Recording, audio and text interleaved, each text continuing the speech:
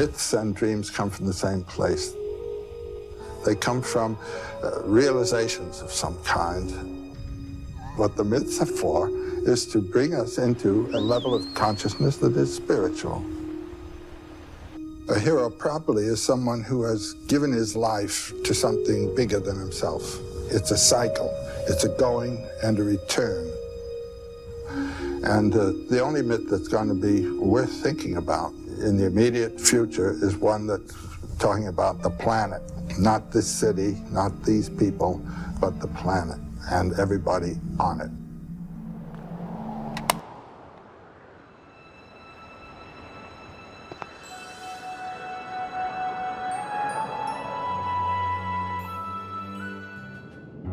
Mitos. Mitos constituem um assunto muito delicado. Situados além da verdade e da mentira, estudiosos passam a vida inteira para tentar decifrá-los. E mesmo assim, o máximo que eles chegam são a interpretações sobre como se fazer as leituras dessas histórias milenares. Uma das várias definições de mito é que ele geralmente se apresenta como uma narrativa de fortíssima carga simbólica que busca tornar o mundo menos absurdo e mais suportável para os seres humanos viverem. Numa busca infindável por sentido, aliado a um desejo por segurança, tendo em vista todas as difíceis circunstâncias derivadas da implacável natureza, muitas dessas imensuráveis histórias conseguiram, por meio de sua inegável importância, sobreviver até hoje e são, na verdade, fundamentais para entendermos muitos aspectos de diversas áreas que nos constituem, desde a psicologia, filosofia, literatura, história, religião e, bem, a imaginação nesse caso é o limite, literalmente. No meio de tantas mitologias, alguns desses aspectos estruturais que formam esses relatos inclusive se mostraram universais e, curiosamente, acabaram não mudando de forma radical ao longo do tempo. O que acontece, na verdade, é bem diferente. Alguns desses padrões continuam se repetindo vez após vez nessas histórias primordiais. E essa característica talvez é o que, diante da nossa exposição incessante a essas narrativas, acaba nos dando aquela perene sensação de tudo ser um paradoxo clichê inédito. Afinal, quem é aí que não tá super familiarizado com as velhas histórias do mocinho vencendo o vilão e salvando a donzela, ou variações mínimas dessa mesma narrativa, não é mesmo? Pois é, pode não aparentar, mas esses mesmos mitos influenciaram e continuam a influenciar todo mundo à nossa volta, impactando o nosso principal diferencial, que é a linguagem, as nossas próprias visões de mundo, produtos dessa linguagem, nossos comportamentos, nossas morais e, consequentemente, toda a organização social e sua estrutura de ação como um todo. E mesmo que o mito nos pareça, a uma primeira vista preconceituosa, uma coisa presa somente às civilizações antigas, como a chinesa, a egípcia, a romana, só para citar algumas, esse tópico tem uma atuação determinante na construção de qualquer sociedade, incluindo a nossa própria atual. E esse peso influente do mito é tão significativo que acabou chegando a atingir, inclusive, sem muitas surpresas, o meio dos amados jogos eletrônicos.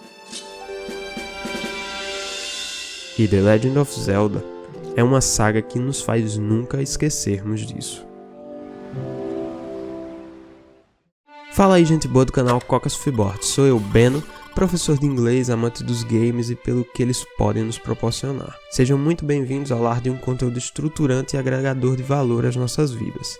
Nesse mais novo episódio da série Conceituando, iremos enquadrar os densos assuntos relativos às mitologias, sua influência seminal nas civilizações e como podemos aprender muito sobre essa área, para muitos enigmática, da nossa história. E tudo isso justamente através de uma das sagas mais aclamadas dos videogames, com muita razão, que é The Legend of Zelda. Criada na lendária Nintendo Research and Development 4, a principal divisão de desenvolvimento de jogos da Nintendo, o primeiro jogo vinha com fortes inspirações originadas de experiências relacionadas à exploração da esfera do obscuro, como se adentrar cavernas desconhecidas, exemplo que realmente foi vivido em primeira mão pelo próprio criador da saga. O mesmo japonês por trás de muitas outras franquias clássicas, como Super Mario Bros., Donkey Kong e Pikmin. Bom, acho que a essa altura você já sabe muito bem de quem estamos falando.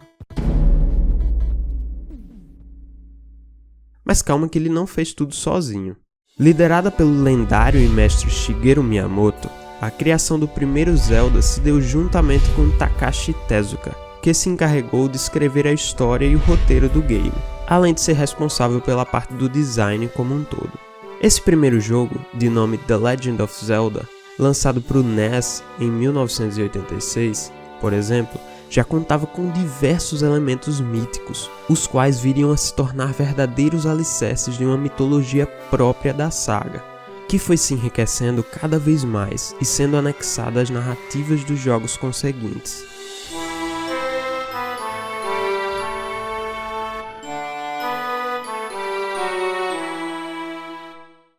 Pode-se perceber relíquias sagradas, como a famosa Triforce, presente na própria logo do primeiro título, representando simbolicamente o tão cobiçado poder supremo sobre todas as coisas. Temos também itens típicos dos heróis, como a clássica espada, a qual recebemos do icônico sábio dentro da primeira caverna que adentramos logo na primeira cena, digamos assim, do game. A espada, aliás, está presente em diversos mitos e lendas, sejam essas situadas no passado ou no presente.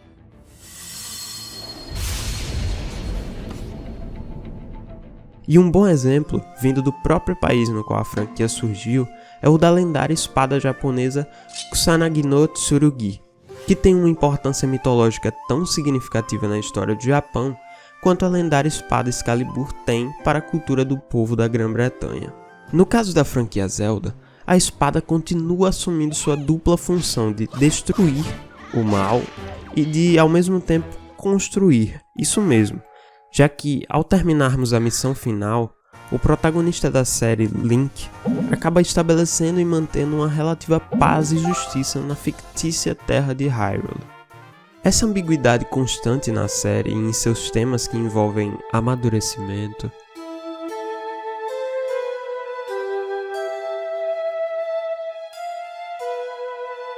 conflitos entre bem e mal, entre homem e meio ambiente, dentre muitos outros, podem ser inclusive apenas mais um reflexo do ambíguo espírito humano e suas representações mitológicas. Mas equipamentos à parte, até mesmo alguns inimigos e personagens também foram criados com base em mitologias já existentes, como veremos logo mais. Além disso tudo, é claro que não se poderia nunca esquecer da figura dele, do herói em si, elemento essencial e central existente nas muitas mitologias ao redor do mundo. Ao longo dos lançamentos posteriores que viriam, além da mitologia própria, várias outras referências pertencentes a esse domínio foram se acumulando nas várias aventuras de Link e acabaram por abarcar as mais diversas culturas, incluindo suas respectivas mitologias, como foi o caso da japonesa, com, por exemplo, a aparição das raposas Kittens em Majora's Mask, que derivam diretamente da incorporação de outra mitologia, a chinesa. Tendo o nome de Kitsune, o Japão encara as raposas como sendo seres mágicos e inteligentes, possuidores de habilidades paranormais que aumentam à medida que ficam mais velhas e mais sábias. Já no Japão antigo, seres humanos e raposas viviam lado a lado, e essa cativante conexão resultou em diversos mitos e lendas relacionados ao animal. Hoje, sua importância é tão grande para o país que a raposa acabou se tornando um símbolo muito valorizado dentro da religião nacional do Japão, o Shintoísmo.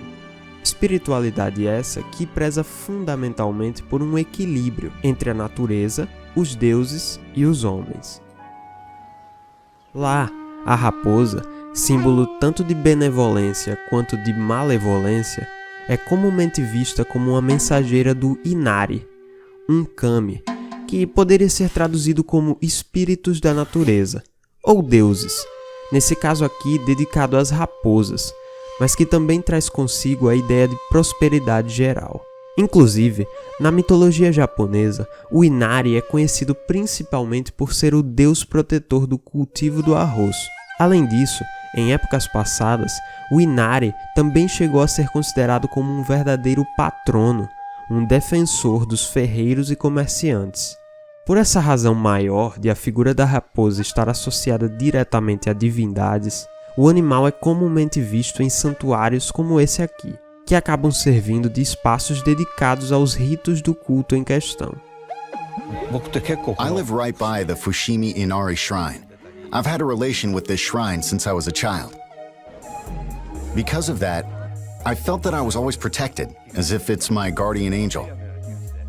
Coincidência ou não, as fronteiras entre religião e mitos são bem nebulosas.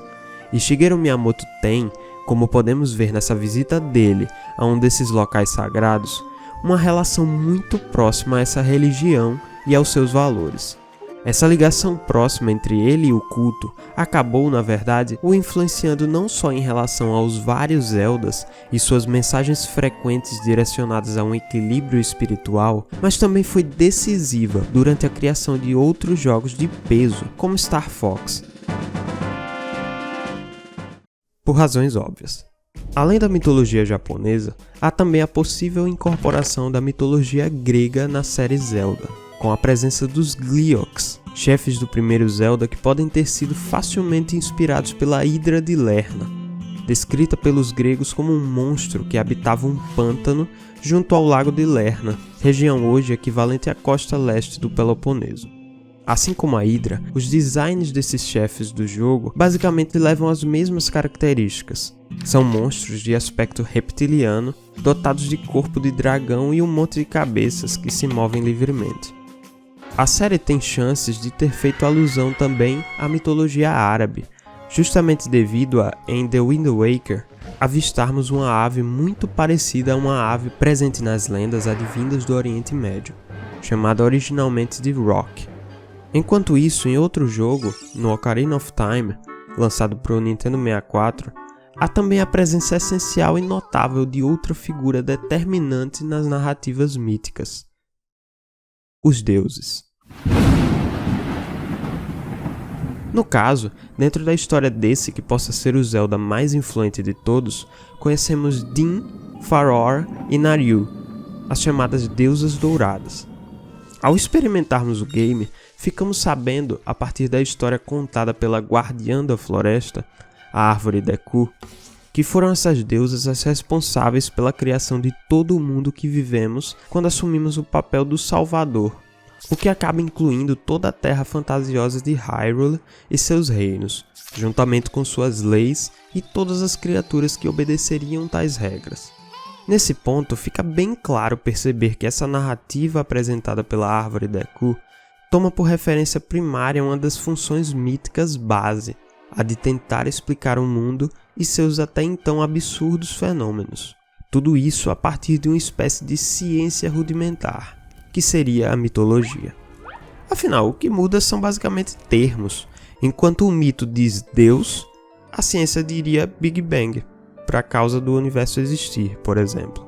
E se fala em ciência rudimentar, justamente porque mesmo sem evidências científicas, as bases da racionalidade estavam nascendo a partir do momento que as relações de causa e consequência estavam sendo percebidas por nós e sendo inseridas em todas essas histórias sobrenaturais, que, no final das contas, acabam nos definindo e mostrando de forma figurada nossos pontos fracos e fortes como espécie humana. Poxa, isso até me fez lembrar de um certo alguém, mas esse conceito não é seu, Sr. Wake. Vai lá, vai, dormir para ganhar sua inspiração, vá. Mas foram propositais tantas referências mitológicas por parte dos criadores da série?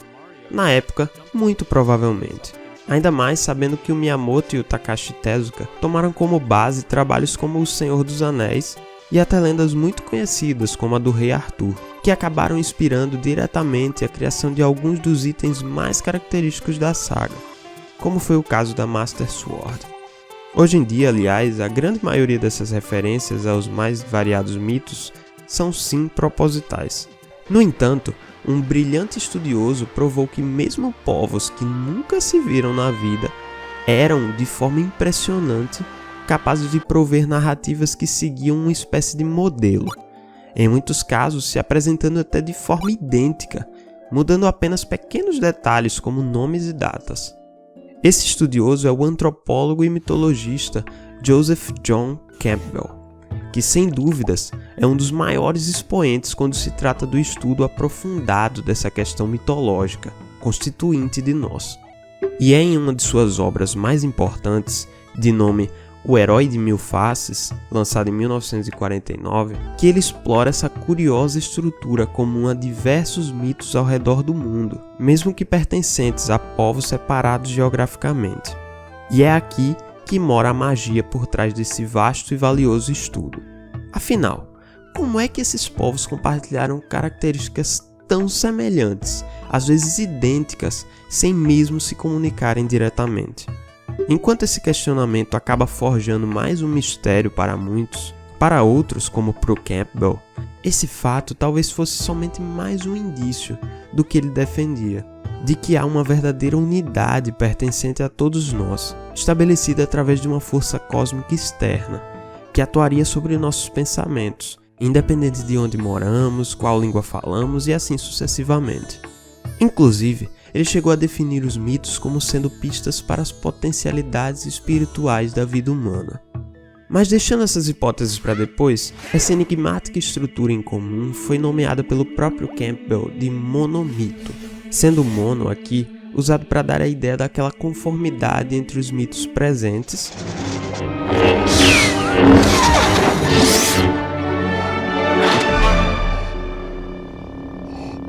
Your thoughts betray you, Father.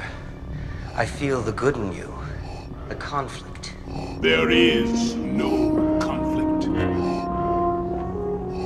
You couldn't bring yourself to kill me before, and I don't believe you'll destroy me now. You underestimate the power of the dark side. os mitos antigos e milenares, bem como muito provavelmente os futuros mitos, que surgirão e virão a ser estudados pelas futuras gerações. Também chamado de A Jornada do Herói, esse monomito traz consigo uma série de etapas pelas quais os heróis dessas narrativas majoritariamente passam. E adivinhe, Link, o herói principal da saga Zelda, é claro que não ia ficar de fora dessa estrutura recorrente na história. Aliás, é muito importante alertar que o propósito dessa espécie de guia, elaborado pelo Campbell, não foi projetado para se dizer exatamente cada passo que todo herói deve obrigatoriamente seguir, mas sim serve mais para que possamos realizar a chamada mitologia comparada, método projetado para se reconhecer e contrapor os temas frequentes redescobertos nessas histórias lendárias. Basicamente, essa estrutura fundamental, o monomito, conta com 3 partes principais. São elas: a separação, onde o herói deixa para trás sua segurança; as provações e vitórias da iniciação, onde o caráter e as habilidades do herói são colocados à prova; e por último, o retorno do herói, onde ocorre a reintegração do herói à sociedade.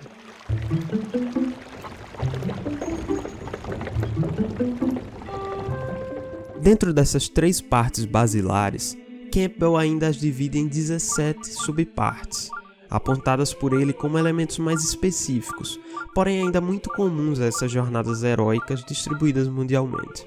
Nesse ponto é importante relembrar que não é necessário que o herói passe por cada etapa descrita nesse modelo, até porque isso deixaria as histórias mais repetitivas do que já possamos parecer.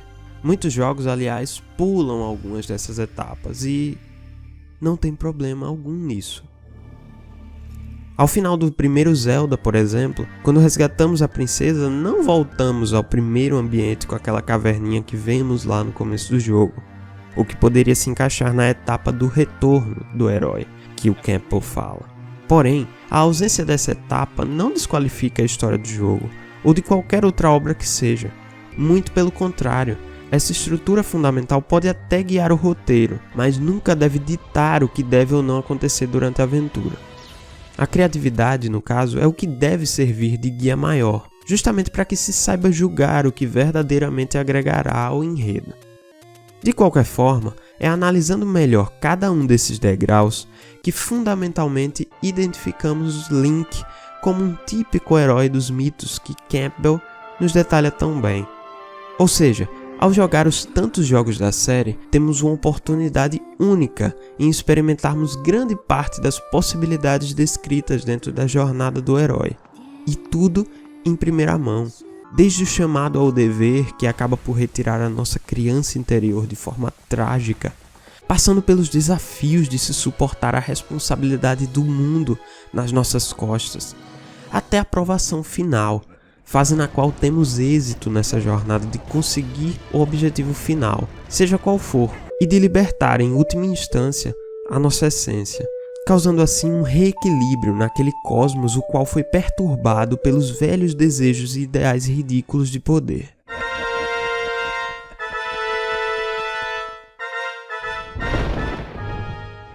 Rever a introdução de The Legend of Zelda The Wind Waker, o motivo original que me despertou a discussão desse vídeo, logo de cara é possível se identificar um mito que revive no imaginário coletivo do povo da ilha Outset, local no qual o Link desse jogo, que controlamos posteriormente, habita. Ver através desse mito inicial é ver através do que aquele povo original acreditava, que é o que deu origem àquelas crenças.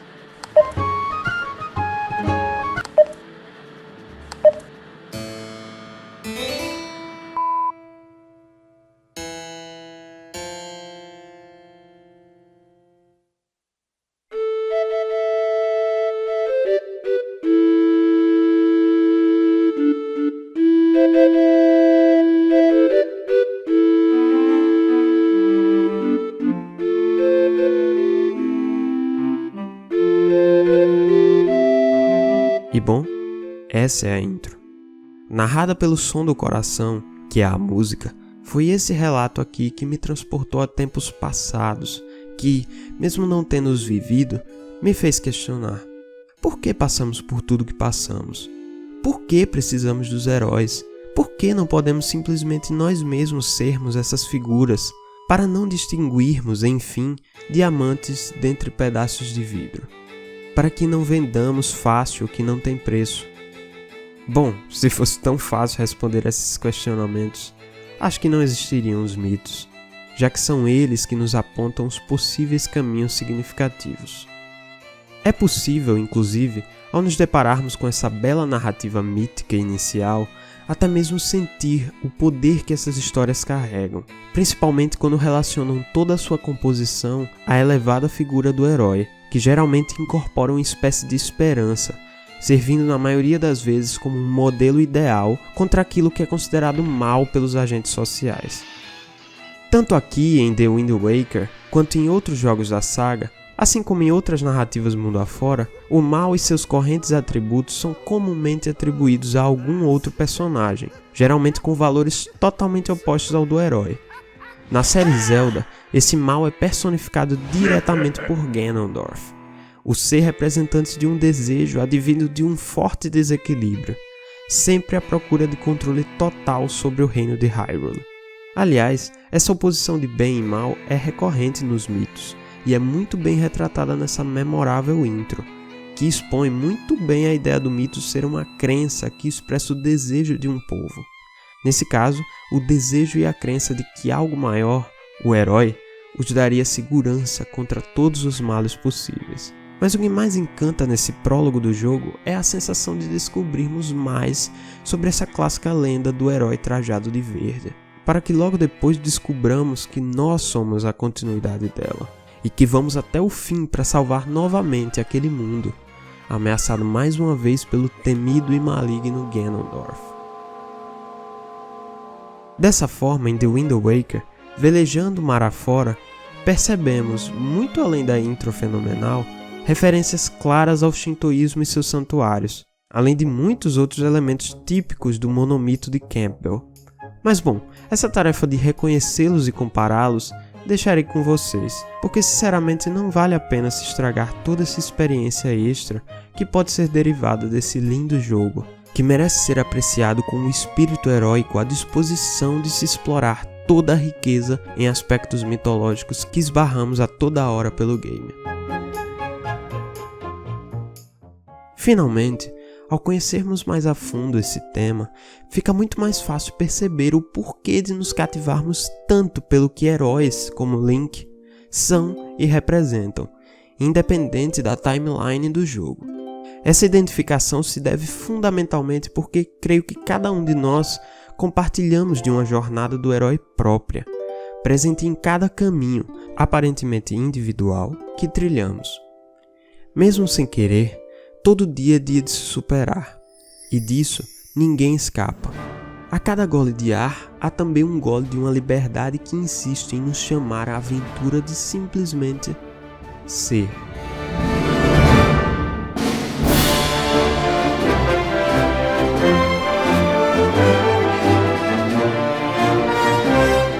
Sendo assim, numa visão mais ampla, é possível se constatar que esses caminhos, apesar de aparentarem únicos, são apenas variações de um mesmo tema, de uma busca em torno do que somos, de uma busca incessante do nosso link, do nosso herói interior, muitas vezes proibido de o ser de forma plena, sobretudo em meio a um dia a dia que cada vez mais elimina a fantasia e silencia esse grito original interior, comum a todas as nações.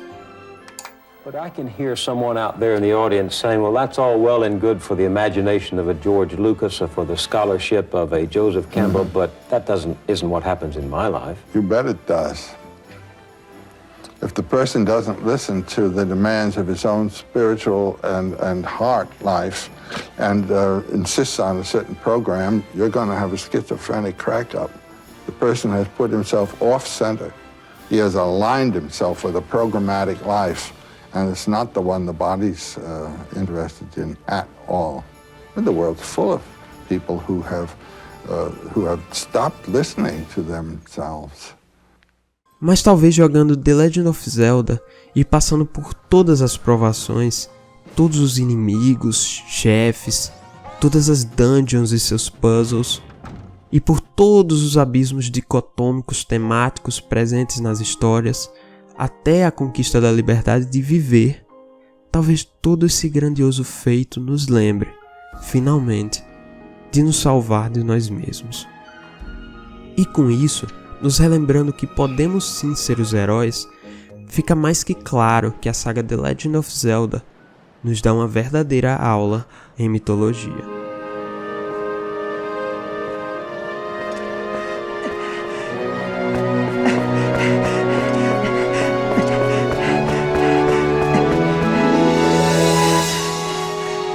A vida não tem sentido. Cada um de nós tem um sentido e o trazemos à vida. É um desperdício fazer a pergunta quando você é a resposta. Joseph J. Campbell.